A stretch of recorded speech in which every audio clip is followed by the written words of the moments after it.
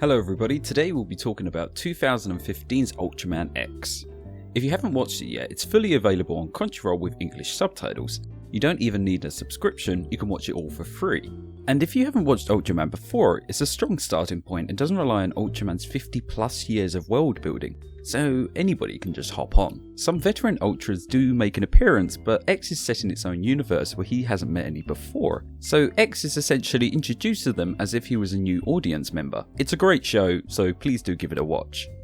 Regarding spoilers, there are some light ones in this video, but X lends itself to an episodic structure, so nothing here will ruin that for you. It might do the opposite and make you appreciate it more. So let's get started. Since 2012, new Ultraman programs aired as part of Ultraman Retsuden, a rerun program highlighting the most famous moments and episodes from the franchise. Ultraman X is the 6th show to run during Retsuden, following the Ultra Zero Fight miniseries, Ultraman Ginga and Ultraman Ginga S, including the CG Ultra Frontier miniseries and the Ultra Fight Victory miniseries. It's a little bit complicated, but if you watch it on Crunchyroll, it's all set out in its own different shows.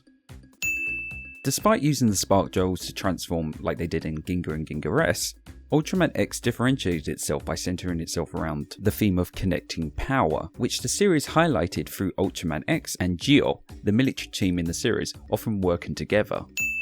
Within the Ultraman franchise, the Ultramen typically use humans as hosts, lying dormant until their powers are needed. Ultraman X took a unique approach by having X himself live within the X-Divisor. In doing so, the main character Daiji and X were allowed to have a much closer buddy-buddy relationship than any of the past Ultraman hosts in Ultraman. They used this again recently with Reito and Ultraman Zero in Ultraman Jido. Wanting to depict Geo as more of a realistic team, strategic plans and minute details were often involved within the show. Even if specific details didn't always make it to the screen, the staff would plan out every attack strategy to give it a deeper sense of realism. Prior to filming, the Geo cast were trained by members of Japan's self-defense force. The cast were taught how to properly salute and hold their firearm. Even director Taguchi joined in. X also marked the first series since Ultra Galaxy Neo in which attack planes made their return, also featuring the first land vehicle plane combination. Although the show contained the comedic character Guruman and the toy-heavy Spark Doll and cyber armor concept, director Kiyotaka Taguchi approached the series with a hard sci-fi edge. Taguchi also stated that he wanted the series to be as self-contained as possible, which meant that despite an overall story being present, the episodes were typically self-contained. A major theme within the show revolved around the humans and monsters now needing to coexist on Earth.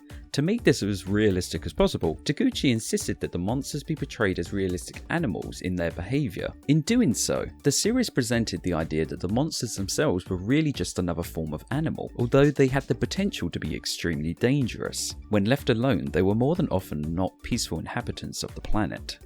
While the series' main drama scenes featuring human actors were shot using a HD RED camera, a GoPro was often used in filming the special effects shots. The main appeal of the small GoPro lens was providing a wide angle that allowed for a grander sense of scale on the miniature sets while portraying the monsters and Ultraman X himself.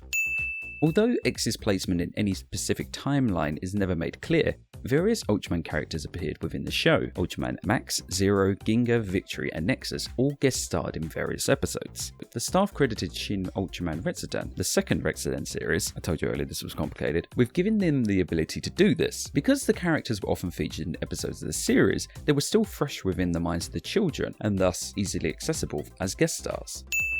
A working title for the series was Ultraman Gold. When the theme of connections was decided upon, the name was changed to something that easily expressed that idea. Certain elements of Ultraman Gold eventually worked itself into episode 6, which featured a character called Alien Gold. All the vehicles in the series were modelled off Nissan vehicles. In particular, the vehicles were modelled on the Nissan Leaf line of 100% electric cars. Athos Space is a Nissan Leaf, Aramis is a ENV200, and the Porthos is a ENT400 test truck. And in case you're thinking where do I know those three names from, they are the Three Musketeers. In promotion for the series and to honour Eiji Tsuburaya, who would have been 100 years old, Google featured a make your own action scene doodle on Tsuburaya's birthday. It is still available if you Google it. Ultraman X trended on Twitter after the broadcast of the first episode. X didn't know who Ultraman Zero and Max were when he first met them, so was a bit confused naturally. He talks to Zero casually, but when he meets Max later in the series, he speaks Keigo, the polite form of Japanese when speaking to someone in a higher position to you, like senpai and kohai. X's design was done by Masayuki Goto. He was given an instruction to make an Ultraman who wears armor, and rather armor and helmet motif like Ultra 7, he was designed like the original Ultraman.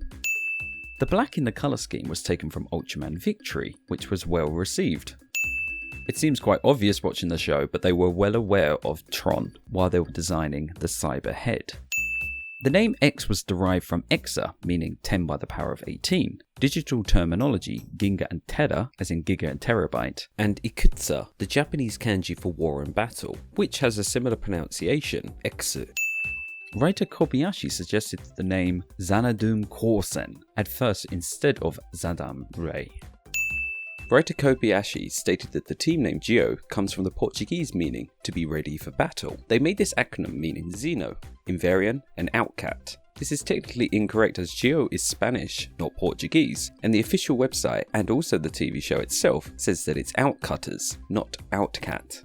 Episode 20 sees the Geo Command-in-Chief Tachibana transform into Ultraman Nexus. This was partly due to her character not having a focus episode until that point, but also her counterpart in the Nexus show, Nagi, had a rather half-baked transformation into the giant that ended too abruptly. Rui, in the first planning stages, was meant to be a genius woman with a hidden past, but she was picked by the way that she said the lines in the audition, and her character was changed accordingly. In the planning stages, they wanted to introduce Wataru's brother, and also have Wataru himself have some connection to the aliens. The concept of having a weapon that can shoot a specium beam, the finishing attack of the original Ultraman, was to represent the defense team's strength. Originally they wanted an X shape for the gun, but decided to go with the original Ultraman's arms in a cross shape. The designer of the X-Slugger was asked to incorporate 7 colours of the rainbow into the weapon and exceed X's forehead, but this proved too difficult and was changed. Koichi Sakamoto, who directed the episode The X-Slugger First Appears, said that to avoid the base form losing screen time when the power-up form was being introduced, Exceed X would be used to perform the finishing blow instead. The hybrid armor that appears in the last episode was kept secret until the episode's broadcast as a surprise for viewers. The form was not conceptualized in the planning stage, but upon checking the completion of the Elekin and the Benmu Star armors, production supervisor Hijiru Okazaki came up with the idea for the form for the last episode. The planet Guillermo was named after director Guillermo del Toro, who tweeted after the episode aired to say how pleased he was. Director Taguchi generally disliked the idea of aliens speaking Japanese, but for Dr. Guruman, it suited his character and his motivations.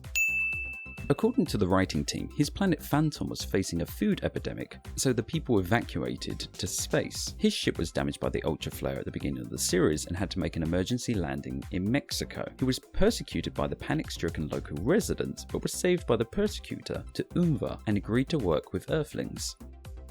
Thank you for watching. Please subscribe to find out when the next Ultraman X video comes out.